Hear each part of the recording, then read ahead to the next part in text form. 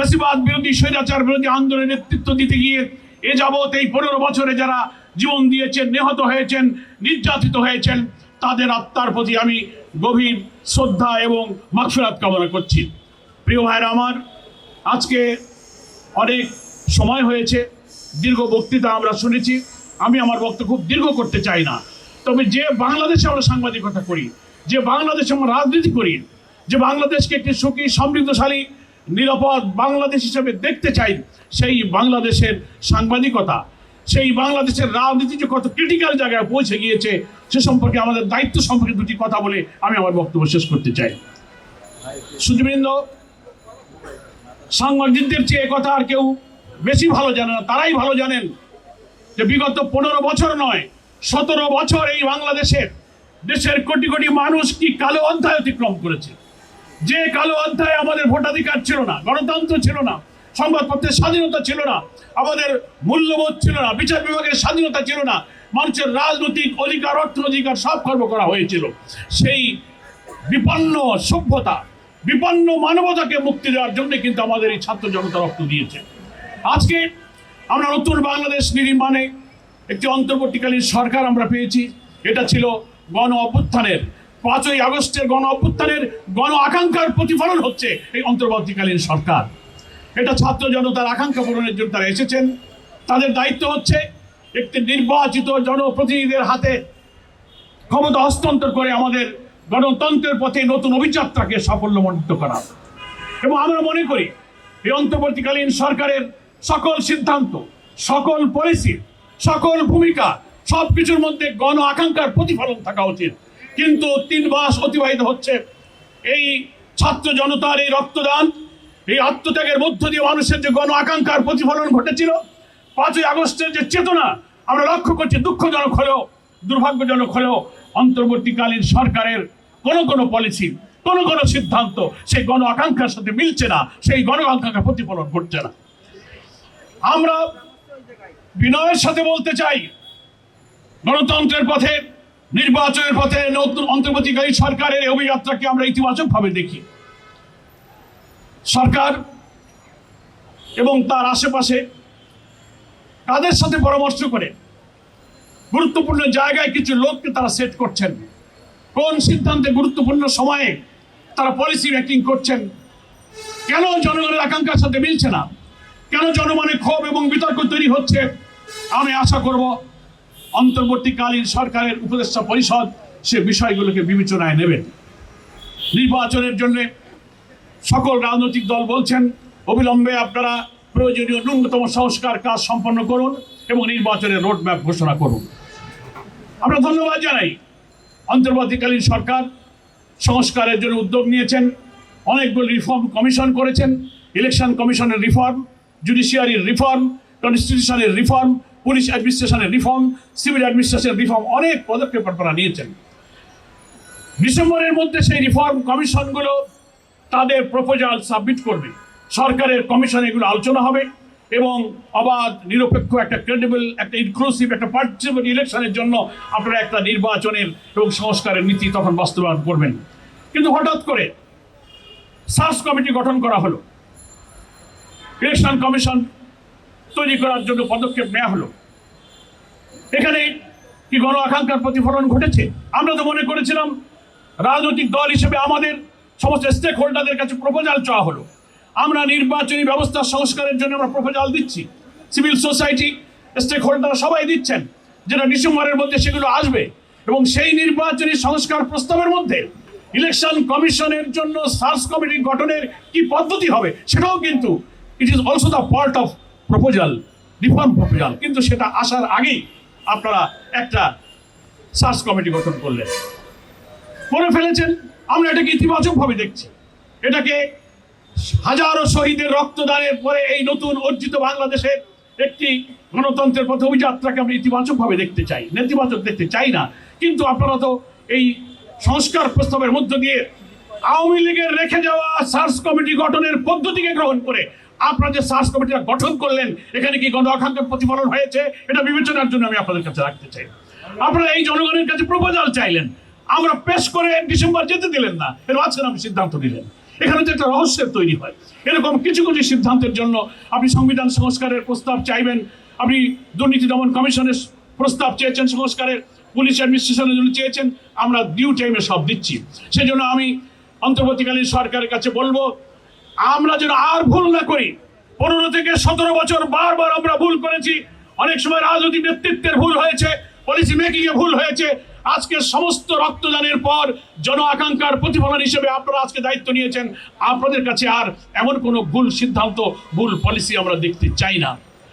প্রিয় ভাইরা আমার, আজকে তাই একটি রাজনৈতিক দলের প্রতিনিধি হিসেবে আমাদের আহ্বান থাকবে এই সরকারের প্রতি, দেশবাসীর প্রতি, অন্তর্বর্তীকালীন সরকারের এই নির্বাচন যাওয়ার যে পথ, একটি নতুন স্বাধীনতা, নতুন বিপ্লবের পরে আমাদের জাতির সামনে যে নিউ ডাইমেনশন, সেটাকে কি করে জাতির জন্য কি নিরাপদ, সমৃদ্ধ, ক্ষুধা দারিদ্র্যমুক্ত, অন্নহীন, বস্ত্রহীন, নিরন্ন মানুষের দুঃখ দূর করে একটি চমৎকার সমৃদ্ধ বাংলাদেশ উপহার দেওয়ার জন্য শহীদদের রক্তর দায় আমরা শোধ করতে পারি, সেই বাংলাদেশ নির্মাণের জন্য আমাদের মধ্যে একটা জাতীয় ঐক্য, একটা চিন্তার ঐক্য, সেই ঐক্যের ভিত্তি হতে হবে 5ই আগস্টের বিপ্লবের চেতনা হবে সেই ঐক্যের ভিত্তি। যারা ফ্যাসিবাদ বিরোধী আন্দোলনে দীর্ঘ বছর ময়দানে থেকেছেন, জীবন দিয়েছেন, রক্ত দিয়েছেন, তারা যে চেতনার ভিত্তিতে মাঝখানে এসেছিলেন, সব দলের মধ্যে তো দলের মত পার্থক্য থাকতে পারে, দৃষ্টিভঙ্গি, কর্মসূচি, কর্মকাণ্ড থাকতে পারে। কই 5ই আগস্টের ব্যাপারে তো আমাদের মধ্যে কোনো মত পার্থক্য ছিল না। আমরা এক দফার আন্দোলনে তখন রক্ত দিয়েছি, আমাদের সোনার ছেলেরা জীবন দিয়েছে। এখন জাতীয় পলিসি নির্ধারণে জাতীয় নির্বাচন সামনে আসছে, এখানেও আমি মনে করি ফ্যাসিবাদ বিরোধী আন্দোলনের মাঠে থাকা রাজনৈতিক দলের মধ্যে একটি চিন্তার ঐক্য এমন থাকতে হবে। অনেক নির্বাচনী কৌশল আছে, জাতীয় ঐক্যের ভিত্তিতে আমরা এমন একটি নির্বাচনী পন্থা অবলম্বন করতে পারি যে জাতীয় নির্বাচনের মধ্য দিয়ে আওয়ামী ফ্যাসিবাদকে রাজনৈতিকভাবে এখানে আমরা নিঃশেষ করে দিতে পারি। কিন্তু ফ্যাসিবাদ বিরোধী আন্দোলনের রাজনৈতিক দলের মধ্যে যদি ঐক্য বিভেদ সৃষ্টি করার মতো কোনো কথা, কোনো ভূমিকা, কোনো বক্তব্য, কোনো ইশারা, কোনো ইঙ্গিত, এমনকি আমি খুব বিনয়ের সাথে ক্ষমা চেয়ে বলতে চাই, কোনো মিডিয়া, সংবাদ মাধ্যম রাজনৈতিক নেতৃবৃন্দের বক্তব্যের প্রতি সুবিচার না করে 3 দিকে 4 দিকের কথাকে এমন ভাবে প্রেজেন্ট করেন, মানুষের মধ্যে বিভ্রান্তি তৈরি হয়। সভ্যতার ব্যারোমিটার হচ্ছে সাংবাদিকতা। এই দেশ, এই জাতিকে যদি সভ্যতার শীর্ষে আমরা নিতে চাই, তাহলে প্রেস ক্লাব হচ্ছে সকল মুক্ত পথ, মুক্ত চিন্তা, সভ্যতার সবচেয়ে মিলন কেন্দ্র। এখানে গরম যোদ্ধা, সংবাদপত্রের সদস্য যারা সৈনিক হিসেবে কাজ করতেন, তাদেরও কিন্তু একটি জাতীয় ঐক্য বিনির্মাণের জন্য, একটি নিরপেক্ষ নির্বাচনের জন্য, ফ্যাসিবাদ বিরোধী সমস্ত রাজনৈতিক দলের ঐক্য গঠনের জন্য কিভাবে আপনি সংবাদ পরিবেশন করবেন, বক্তব্যগুলো কিভাবে আপনি মানুষের কাছে তুলে ধরবেন, স্টাইল অফ প্রেজেন্টেশনটা কিন্তু একটা গুরুত্বপূর্ণ ব্যাপার। সাংবাদিকদেরকে সে বিষয়ে নজর রাখার জন্য আমি বিনয়ের সাথে অনুরোধ করব।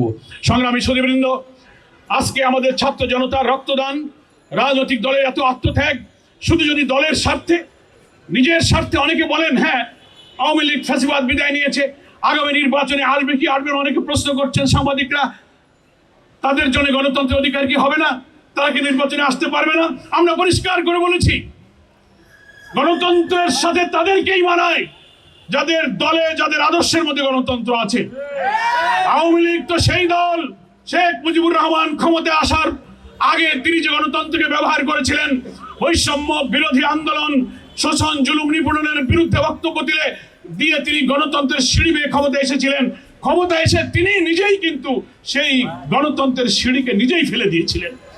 ফলে ক্ষমতায় উঠা এবং নামার যে democratic system, parliamentary system of পলিটিক্সকে তিনি ধ্বংস করে দিয়ে নিজের চিরদিনের মতো পারিবারিক কর্তৃত্বের ক্ষমতার একদলীয় বাকশাল শাসন তিনি কায়েম করেছিলেন। সমস্ত রাজনৈতিক দল নিষিদ্ধ করে তার পছন্দের একটি দল বাকশাল ঠিক রেখেছিলেন। সব সংবাদপত্র বন্ধ করে তার পছন্দের 4টি কাগজ চালু রেখেছিলেন। এটা কি গণতন্ত্রের সাথে যায়? যায় না। যারা ফ্যাসিস্ট, যারা স্যাডিস্ট, যারা আন্দোলনকারী, গণতন্ত্রকামী মানুষকে গুলি করে হত্যা করে 5ই আগস্টের বিদায়ের আগ মুহূর্তে মৃতদেহ লাশকে আগুনে পুড়িয়ে ছাই করে দিতে পারে, যারা হেলিকপ্টার থেকে গুলি করে দেশের মানুষকে হত্যা করতে পারে, যারা প্রকাশ্য দিবালোকে পল্টনের বলে লাঠি দিয়ে 7 জন যুবককে হত্যা করে মৃতদেহের উপরে নাচানাচি করতে পারে, তাদের সামনে কখনো গণতন্ত্র যায় না। ফলে এই গণতন্ত্র বিরোধী ফ্যাসিবাদী স্যাডিস্ট শক্তি নির্বাচনের জন্য যোগ্য কি যোগ্য না, এটা আপনারাই নির্ধারণ করবেন। গণতন্ত্রের সাথে আওয়ামী লীগের আদর্শের কোনো মিল নেই। তাদের গণতান্ত্রিক অধিকার চর্চা করার সুযোগ আছে যাদের রাজনীতির আদর্শের মধ্যে গণতন্ত্র আছে।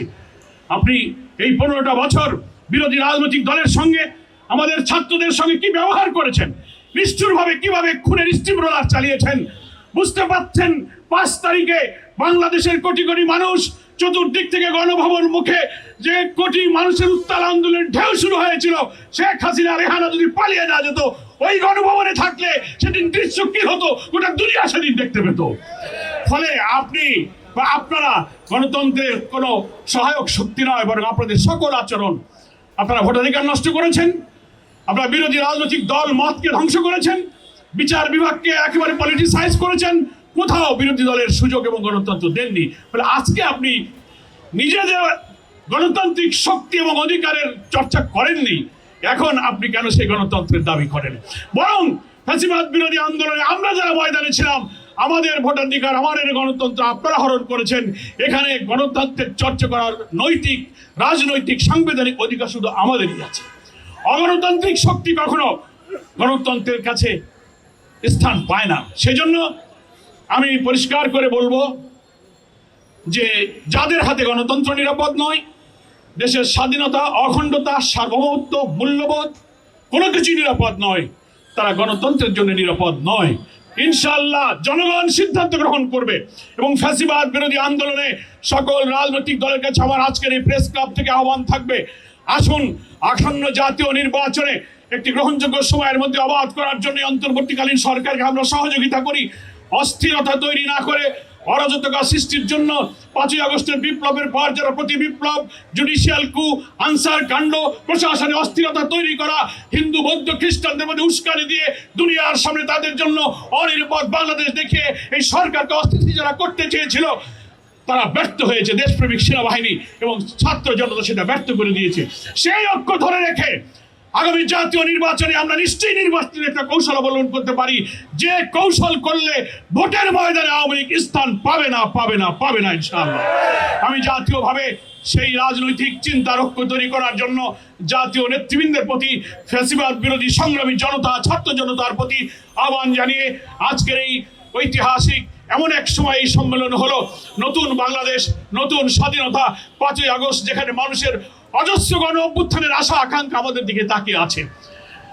আজকে বিএনপির সম্মানিত ভারপ্রাপ্ত চেয়ারম্যান আজকের এই অনুষ্ঠানের সম্মানিত প্রধান অতিথি, তিনি এই জাতির দুঃখ, কষ্ট, বেদনা, এই জাতির আশা আকাঙ্ক্ষা রাজনৈতিক দলের কাছে জনগণের আশা আকাঙ্ক্ষা তিনি উপলব্ধি করেন। আমি তাকে ধন্যবাদ জানিয়ে বলবো, আপনি মানুষের কথা শুনলেন, মানুষের আবেগ দেখলেন, মানুষের চাওয়া এবং মনের কথা আপনি শুনতে পারলেন। আশা করি আপনি সহ সকল রাজনৈতিক দল ফ্যাসিবাদ বিরোধী যে ঐক্যে তাদেরকে আমরা বিদায় করেছি, নির্বাচনের সেই আকাঙ্ক্ষার প্রতিফলনের মধ্য দিয়ে আমরা ফ্যাসিবাদের রাজনৈতিক অবসান আমরা নিশ্চিত করতে চাই।